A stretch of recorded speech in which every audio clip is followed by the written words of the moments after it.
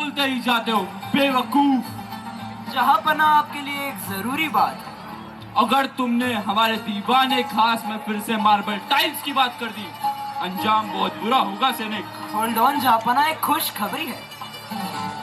राजा बिरबल ने नगर में मुर्गियों की चोरी करने वाले का पता लगा लिया है। क्या बात कर रहे हो सैनिक? हमारे सारे नवरत्नों में उसे कोई पकड़ नहीं पाया। बीरबल सही में चतुर तो है, ना ऐसी चतुराई देखी ना देखी जाएगी। चतुराई का दूसरा नाम वही है। Oh wow! This Birbal sir sound very clever. ओए खरगोश, कौन हो तुम? हुक्म करे जहांपना। नारायण नारायण। बालक, हमने तुम्हें कहा था ना छिपकर रहने को, किंतु इनकी वार्तालाप सुन हम भी खुद को रोक ना पाए। Mr. मुनि, आप तो जानते ही होंगे बिरबल सर के बारे में। Was he really over exaggerated? चतुर तो वो था ही, किंतु इस दौर में उनसे भी एक चतुर और विद्वान व्यक्ति थे। ऐसा कौन है जिसके बारे में हम नहीं जानते? अरे मूर्खो, तुम तो क्या ही जानते हो। चलो तुम्हें कक्षा 4वीं और 5वीं की नाटक प्रस्तुति से उनकी जानकारी देता हूँ। तो स्वागत कीजिए तेनालीरामा का। नारायण नारायण।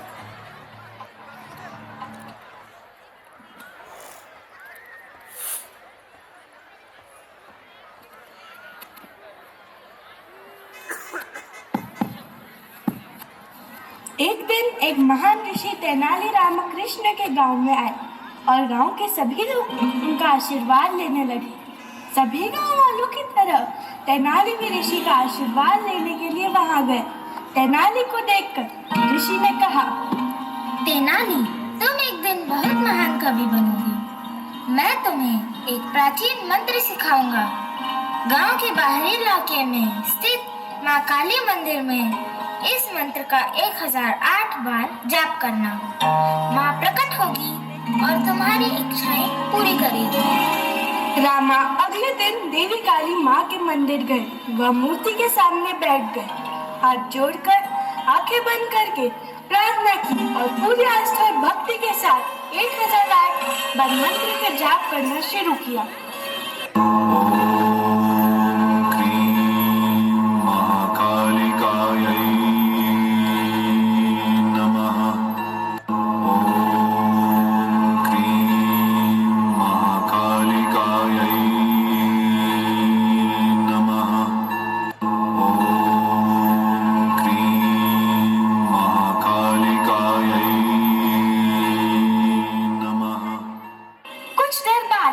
उन्हें एक आवाज सुनाई दी जो उन्हें पुकार रही थी, रामा, रामा। तेनाली ने अपनी आंखें खोली तो उनके सामने माँ काली खड़ी थी। रामा माँ को अपने सामने देखकर भाव विभोर हो गए और उनको प्रणाम किया। माँ, मुझे अपने आंखों पर विश्वास नहीं हो रहा कि मैं सच में आपको अपने समक्ष देख रहा हूँ। मेरा जीवन धन्य हो गया माँ, मेरा जीवन धन्य हो गया। रामा, मैं तुम्हारी भक्ति से बहुत प्रसन्न हुई हूँ और यहाँ तुम्हारी इच्छा पूरी करने आई हूँ। मेरे हाथ में 2 कटोरे हैं। एक में मीठा दूध है, इसे पीने से तुम्हें दुनिया का बहुत ज्ञान प्राप्त होगा, और दूसरे कटोरे में दही है, जिसे पीने से तुम्हें धन और संपत्ति की प्राप्ति होगी। लेकिन तुम सिर्फ एक ही कटोरे को चुन सकते हो, इसलिए सोच समझकर किसी भी एक कटोरे को चुनो। रामा ने कुछ देर सोचकर दोनों कटोरों को अपने हाथ में लिया। इससे पहले कि देवी माँ कुछ सोच पाती या समझ पाती, तेनाली दोनों ही कटोरों को पी जाता है। रामा, तुमने मेरी बात का उल्लंघन किया है। तुमने दोनों कटोरों को कैसे पी लिया? मैं आपकी बातों का उल्लंघन करने के लिए क्षमा मांगता हूँ माँ, मगर धन के बिना ज्ञान का क्या उपयोग है, और ज्ञान के बिना धन का मैं क्या करूँगा। रामा, मैं तुम्हारी त्वरित बुद्धि और सोच से प्रभावित हुई हूँ। मैं तुम्हें आशीर्वाद देती हूँ कि तुम एक महान कवि बनोगे और अपनी बुद्धिमत्ता और हास्य के लिए दुनिया भर में जाने जाओगे। तुम्हारे नाम से ही तुम्हारे गांव का भी नाम प्रसिद्ध होगा। रामा श्रद्धा से सर झुकाता है और माँ अंतर्ध्यान हो जाती है।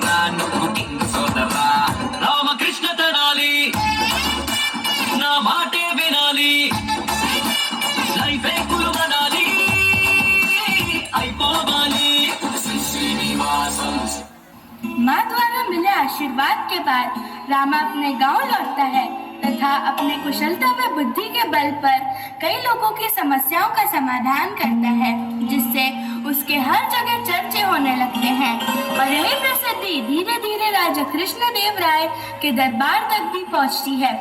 रामा की प्रसिद्धि सुनकर महाराज कृष्णदेव राय उनको अपने दरबार में आने का आमंत्रण भेजते हैं। रामा अपनी पत्नी शारदा देवी के साथ अपने घर बैठे होते हैं, तभी एक दरबान आता है। प्रणाम प्रणाम बंधु। तेनाली, तुम्हें राजा कृष्णदेव राय ने अपने दरबार में 2 दिन बाद उपस्थित होने का निमंत्रण दिया है। तेनाली और उनकी पत्नी शारदा देवी बहुत अधिक प्रसन्न हो जाते हैं और तेनाली 2 दिन की जगह 1 दिन पूर्व ही दरबार में उपस्थित होने के लिए चले जाते हैं। Muni ji, it's kind of fun. Fun? क्या फन? कुछ भी तो नहीं हुआ इसमें। आपके विद्वान आए और आशीर्वाद लेकर चले गए और हमारे बीरबल तो इतनी देर में खिचड़ी पका देते। कुछ भी नहीं है इसमें, कुछ भी। कंट्रोल जहाँपना। शांति रखिए। अभी तो तेनालीरामा को महाराज ने दरबार में एक जरूरी पहेली सुलझाने के लिए बुलाया है। चलिए देखते हैं कितनी चतुराई से वो इस पहेली को सुलझाते हैं। नारायण नारायण। सावधान! राजाओं के राजा, महाराजाओं के महाराज कृष्णदेव राय अपनी रानियों के साथ पधार रहे हैं।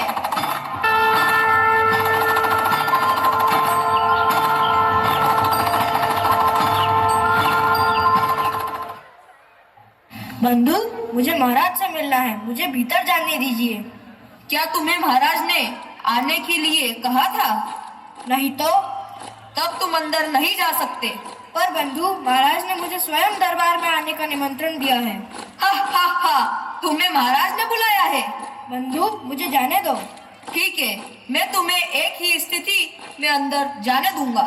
क्या बंधु? महाराज से आपको जो भी पुरस्कार मिलेगा उसका आधा आपको हमें देना होगा। यह वचन देकर आप अंदर जा सकते हैं। अवश्य बंधु, मैं वचन देता हूँ। अरे कौन हो तुम? महाराज, मैं तेनालीराम हूँ। आप ही ने मुझे दरबार में आने का निमंत्रण दिया था। अरे हाँ हाँ, तेनालीराम, याद आया। मैंने तुम्हारा बहुत नाम सुना है। तुम लोगों की समस्याओं का समाधान करते हो, इसलिए मैंने तुम्हें यहाँ पुरस्कार देने के लिए बुलाया है। बोलो, क्या पुरस्कार चाहिए?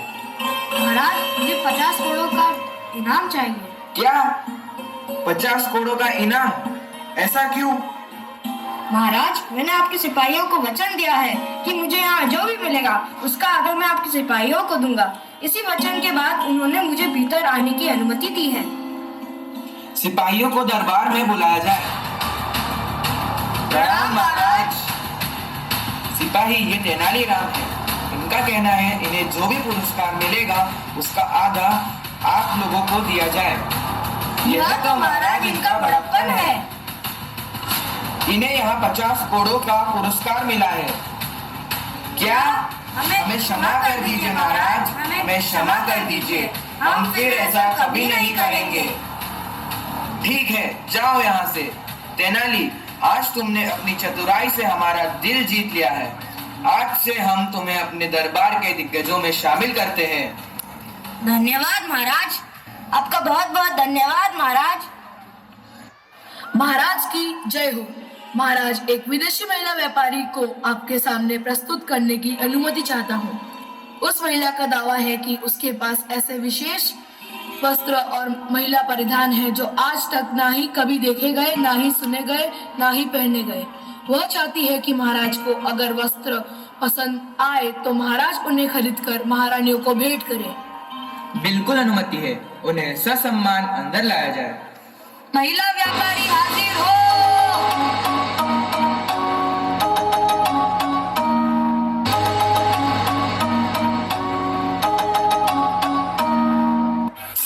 Chini, chini, chini, chini, chini, chini, chini, chini,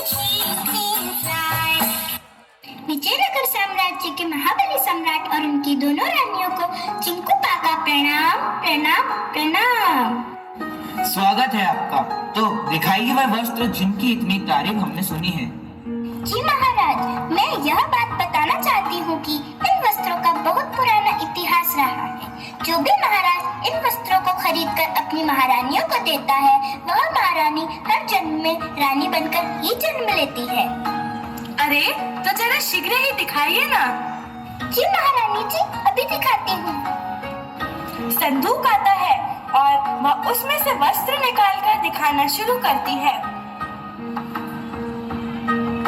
हाथों को हवा में घुमाते हुए ऐसा दिखाने की कोशिश करती है कि वह सच में वस्त्रों को दिखा रही है। किसी को कोई वस्त्र दिखाई नहीं दे रहे, सब देख रहे हैं, अपने आप में सोच रहे हैं, पर बोल कोई कुछ नहीं रहा। अरे हाँ, एक बात तुम्हें बताना ही भूल गई। यह साड़ी तो सिर्फ उसी महिला को दिखाई देती है जो इस राज्य की सबसे खूबसूरत महिला हो और अपने पति से बेहद प्यार करती हो। तो बताइए महारानी जी, आपको यह साड़ी दिख रही है ना? और यहाँ जो महिलाएं बैठी हैं, उनको भी यह साड़ी दिख रही है ना? हाँ, दिखाई दे रही है ना। दिखाई क्यों नहीं देगी, दे रही है दिखाई। वाह क्या साड़ी है, अद्भुत, बहुत सुंदर, क्या नकाशी है। तेनाली मन में, वाह क्या अद्भुत साड़ी है, जो ना होकर भी सबको दिखाई दे रही है। ऐसी साड़ी तो हमने भी कभी नहीं देखी। बड़ा मजा आएगा इस अद्भुत खेल में। तो महारानी, क्या आप यह सब साड़ियाँ खरीदना पसंद करेंगी? अवश्य। आप क्या कहते हैं महाराज? महाराज सोचकर कुछ बोलने लगते हैं उससे पहले ही। और हाँ महाराज, एक बात तुम्हें बताना ही भूल गई। यह साड़ी पुरुषों में भी सिर्फ उसी पुरुष को दिखाई देती है जो दिल का साफ हो, ईमानदार हो, भगवान का भक्त हो और अपनी पत्नी से बेहद प्यार करता हो। तो बताइए महाराज, आपको यह साड़ी दिखाई दे रही है ना? और आप सभी लोगों को भी यह साड़ी दिखाई दे रही है ना? हाँ, दिखाई दे रही है ना, हमें भी दिखाई दे रही है।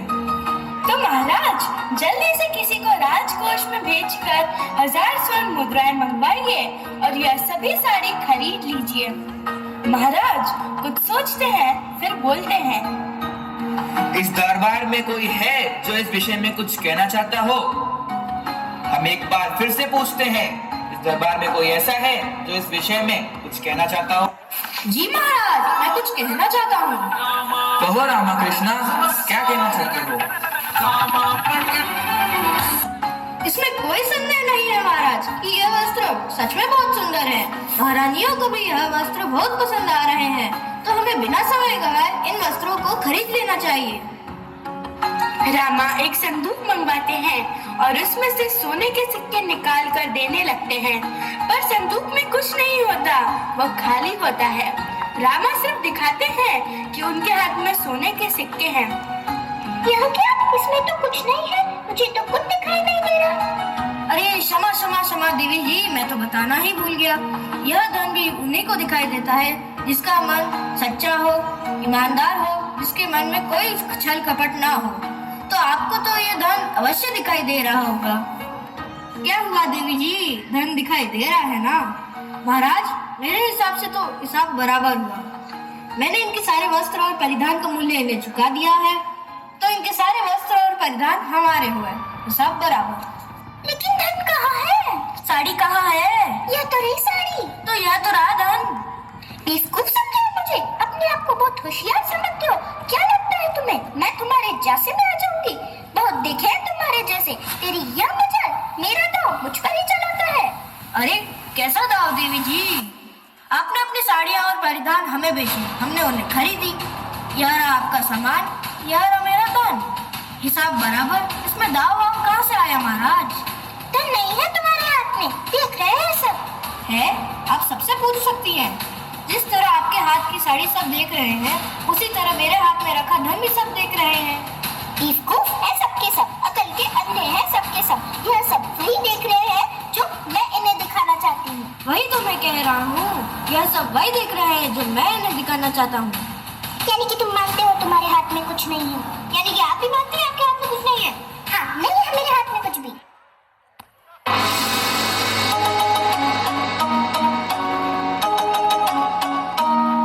माफी